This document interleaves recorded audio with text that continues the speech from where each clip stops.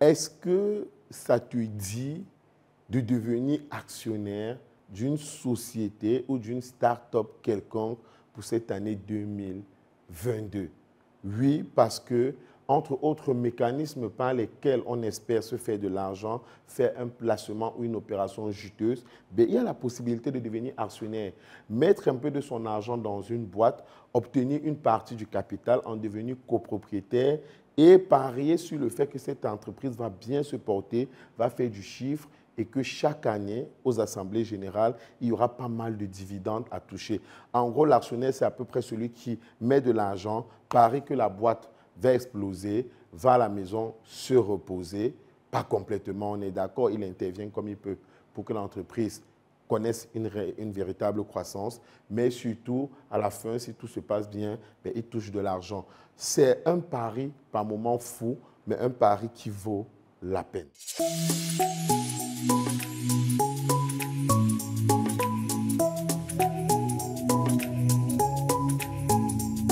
Alors, pour étayer mon propos, je vais vous renvoyer à une histoire que je ne pourrais pas raconter dans son intégralité, mais une histoire qui est très connue des passionnés de l'entrepreneuriat, notamment des success stories américaines, l'histoire de Larry et Sergey, deux étudiants qui ont lancé courant des mi-90, 94, 95, 96, qui ont lancé le phénomène Google. Google qui est présent aujourd'hui au quotidien dans notre vie. On parle de deux étudiants en cycle doctorat de l'une des plus grosses universités américaines, Stanford. Ils vont ils vont abandonner le cycle doctorat. À deux, ils vont se mettre ensemble et dans le garage de l'un des parents, ils vont lancer la start-up Google à l'époque pour générer les informations en temps réel via le réseau informatique qui connaissait une vraie explosion aux États-Unis avec l'impact de IBM par exemple et de Microsoft, d'un certain Bill Gates. Eh bien, ils vont flairer le bon coup. Dans le même temps, aux États-Unis à l'époque, une autre grosse start-up va voir le jour, Amazon, Jeff Bezos, il va parier en 1994 sur le e-commerce. Il va sentir aussi qu'avec la révolution informatique, la vente va se digitaliser. Il va drop de son statut de financier à Wall Street, rentrer dans le garage de ses parents. Il va lancer Amazon, digitaliser la vente, tandis que Larry et Sergey vont lancer Google, digitaliser l'accès à l'information en temps réel. Et dans le cas de Google, ben, le professeur d'université à Stanford va à l'époque devenir actionnaire en mettant 200 000 dollars, 200 000 US dollars dans leur projet.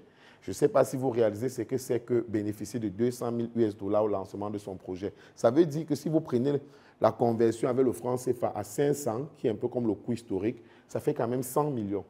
100 millions qu'on vous donne pour démarrer votre projet en tant que start-up. C'est énorme. C'est l'un des paris les plus fous de l'histoire de l'entrepreneuriat américain. Ce professeur de Stanford qui va mettre 200 000 US dollars sur deux étudiants qui pariaient sur quelque chose qui n'était même pas encore connu à l'époque. Les moteurs de recherche, web browser, navigateur web. C'est quand même incroyable. Il dira à l'époque, il dira plus tard, qu'il avait fait une petite recherche sur le Canada voisin. Les infos étaient bonnes. Et il a dit, that's it. Ça, c'est the next big thing. Alors, qu'est-ce qu'on retient de cela? On retient que si vous voulez être actionnaire, vous devez comprendre que la première des choses, c'est que vous faites un pari sur l'explosion. Notamment quand il s'agit d'une start-up. Parce qu'une start-up, c'est quoi? Une start-up, c'est une boîte nouvelle, start, commencer. C'est surtout une boîte expérimentale, dans le fond. C'est une boîte qui n'a pas encore un business model bien établi. C'est une boîte expérimentale qui va se lancer généralement sur un secteur parfaitement nouveau. C'est pour ça que la high-tech, la fintech est très corrélée aux startups parce que c'est un domaine dans lequel les chances sont totalement larges. On peut citer ce qu'on a cité, on peut citer les drones, n'est-ce pas, avec la visualisation aérienne. On peut explorer tous les univers réellement dans la fintech. C'est pour ça que c'est un domaine fort des startups. C'est donc des boîtes qui vont quand même sur un terrain nouveau, très expérimental, très incertain, mais à fort potentiel. Quand une fintech passe, elle passe réellement. Quand on vous parle aujourd'hui des GAFA aux États-Unis, des GAFAM, Google, Amazon, Facebook, Apple, Microsoft. On vous parle des boîtes qui sont venues pour l'essentiel courant des années 90 et à peine 30 ans plus tard, tous les patrons de ces boîtes comptent parmi aujourd'hui le top 30 des fortunes mondiales. Top 30 des fortunes mondiales. Dites-vous que lorsqu'elles arrivent, des boîtes comme Guinness, des boîtes comme Coca-Cola, et autres, où L'Oréal existe déjà depuis plusieurs années et sont déjà en milliards. Mais le potentiel est tellement fort dans la fintech que quelqu'un comme Facebook qui est venu à peine en 2006-2007 a connu une vraie explosion en 2010, à peine 20 ans. Il est déjà dans le top 10 des fortunes mondiales. C'est ça l'avantage des startups, c'est qu'elles ont un fort potentiel. Et vous pariez sur ce fort potentiel, vous pariez sur l'explosion. C'est donc un pari qui opère dans le temps. Premier élément que vous devez prendre en compte si vous voulez être actionnaire, c'est un pari dans le temps. On ne devient pas actionnaire copropriétaire d'une société pour avoir les dividendes après 1 an ou après 2 ans. Ça va souvent prendre même en moyenne 5 ans. Et pour rester dans le cas de Google, ce professeur d'université dit dans un documentaire très fun que vous pouvez retrouver sur YouTube que 2 ans après le lancement de Google, ben, ils vont être réunis, lui et d'autres actionnaires, par Larry et Sergey, les 2 étudiants, qui vont leur expliquer qu'il n'y a rien à partager. 2 ans après, il n'y a rien à partager.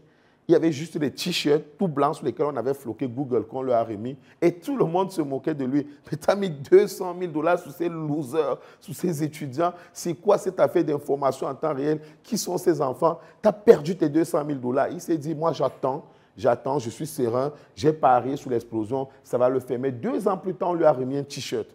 Vous imaginez un monsieur qui peut claquer 200 000 $ et on lui offre un t-shirt, alors qu'il peut s'en acheter toute une boutique. Mais il est resté serein. L'actionnaire doit être dans une vision très long terme. C'est extrêmement important. Vous ne pouvez pas mettre de l'argent dans de l'actionnariat pour commencer à demander les résultats 6 mois plus tard. Et c'est un gros problème chez nous en Afrique. Maintenant, il y a également des indicateurs. Quels sont les indicateurs que vous devez prendre en compte si vous êtes intéressé à être actionnaire? Ça, c'est extrêmement important. Eh bien, je vous ai dit que dans le cadre de ce professeur qui a réalisé peut-être l'un des paris les plus successful, il avait fait un test simple. Il s'était dit, avec l'informatique qui était en train de connecter le monde et qui montait, IBM qui faisait de gros chiffres, HP qui faisait de gros chiffres, Microsoft qui était une vraie grosse révolution, il s'est dit de toutes les façons, ça va prendre et pas mal de choses vont se digitaliser, mais on a toujours besoin d'informations en temps réel. Il a fait une petite recherche sur le Canada. Je crois qu'il avait demandé la distance entre peut-être les États-Unis, je ne sais plus quelle ville dans le Canada, et l'information que ça a donnée était réelle. Il s'est dit, waouh, un site sur lequel en temps réel, un navigateur sur lequel en temps réel, on peut trouver des informations de presque tout, mais qui n'en aurait pas besoin. Il s'est posé cette seule question pour claquer 200 000 US $. Une seule question et il a mis 200 000 US $. C'est la même chose que vous devez être capable de faire. À la réalité, vous devez comprendre que l'indicateur va être hyper subjectif. Il va s'agir pour vous d'observer le projet porté par les promoteurs et de vous dire, est-ce que par rapport à ce qu'ils veulent viser, je sens le besoin, je sens le marché, je sens que ça peut le faire. Ça ne veut pas dire que ça va le faire. Il y a des paris qui ont raté. Mais si vous vous dites que ça peut le faire, que ça a le potentiel, alors vous pouvez vous risquer. Maintenant, vu que le temps est long, il faut mettre forcément ce que vous avez comme argent à perdre. Parce qu'il ne faudrait pas que si vous perdez, que ce soit l'asphyxie financière. On n'investit que ce qu'on est prêt à perdre. Donc, on investit l'extra, le surplus. Pour moi, c'est ça l'indicateur le plus important.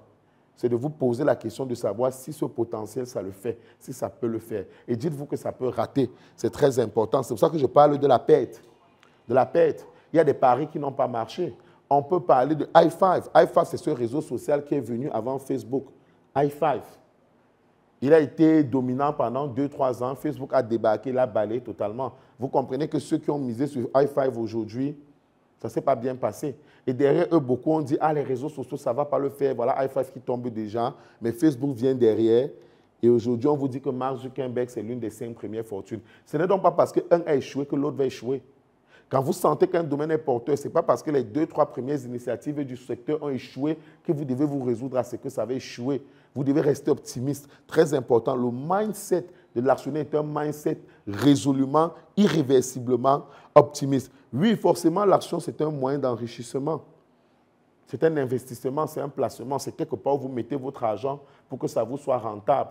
Donc, il faut forcément se demander si, dans le temps, financièrement, ça peut être productif. C'est extrêmement important. Si vous avez mis ces éléments ensemble, vous comprenez que peut-être vous pouvez être le prochain parieur fou. Ce professeur de Stanford a coutume de dire que lui se sent plus riche que Larry et Sergey parce que lui ne travaille plus. Donc il a dit, mais il travaille encore pourquoi? Google, c'est des centaines de milliards US$ par an. Chaque jour, quand il va s'asseoir à la table de répartition des dividendes, il touche beaucoup d'argent. Lui, il s'assoit. Il dit, c'est vrai, Larry et Sergey sont très riches, mais quand je vois ce qu'ils doivent travailler pour maintenir Google en haut, et moi qui passe toutes mes journées au quartier, je touche des milliards, moi je pense que je suis plus riche qu'eux. Parce que dans le ratio temps, effort et argent, moi je suis bien placé qu'eux. Et vous savez ce que Steve Jobs a dit sur son lit de mort rongé par un cancer? Je pleure parce que je n'ai jamais eu une semaine avec ma femme et mes enfants. J'ai fait tous ces milliards, j'ai fait tout cet argent, j'ai bâti cet empire Apple, mais je n'ai jamais pris une semaine pour moi, pour madame et les enfants. Le ratio temps-argent est important. L'actionnaire met un peu d'argent, souvent beaucoup, mais ce n'est pas lui qui est au four au moulin. Et quand ça prend, il s'assoit et il mange de l'argent.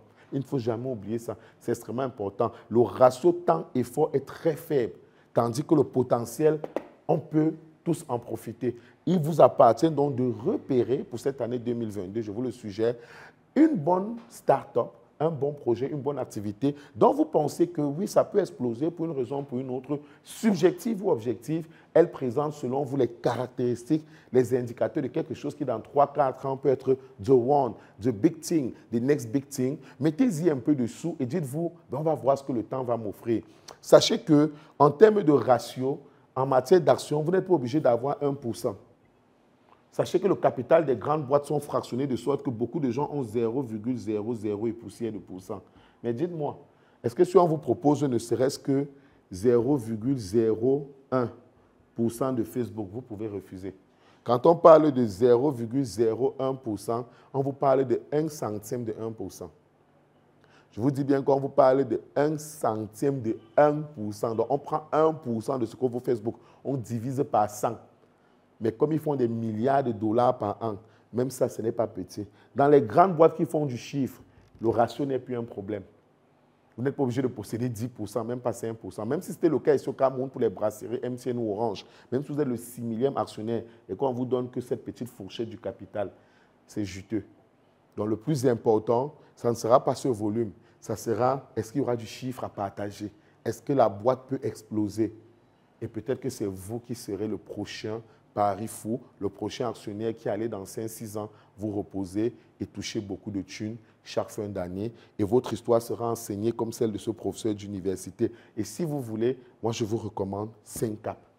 Je vous recommande ce logiciel comptable qui est capable aujourd'hui, vous avez les images à l'appui, de gérer le stock, gérer la trésorerie, donner les états des créances et des dettes, j'en passe, vous donner une base de données actualisée, vous gérez votre facturation, sauvegarder vos pièces sur le plan numérique et faire tellement d'autres choses. C'est un cap qui est sur un marché OADA de 17 pays et de 270 millions d'habitants. Une application qui se vend déjà, qui est disponible sur l'Apple Store, sur le Play Store et sur le web à l'application syncap.com. Est-ce qu'une application comme celle-là qui est utilisée par le secteur formel et informel et qui résout un problème de comptabilité, de gestion réelle, peut être, alors qu'elle a sa première année 2022, peut être d'ici 2023, 2024, 2025, the next big thing. Et si demain l'explosion a lieu, dodo, la vie est belle, à vous de jouer.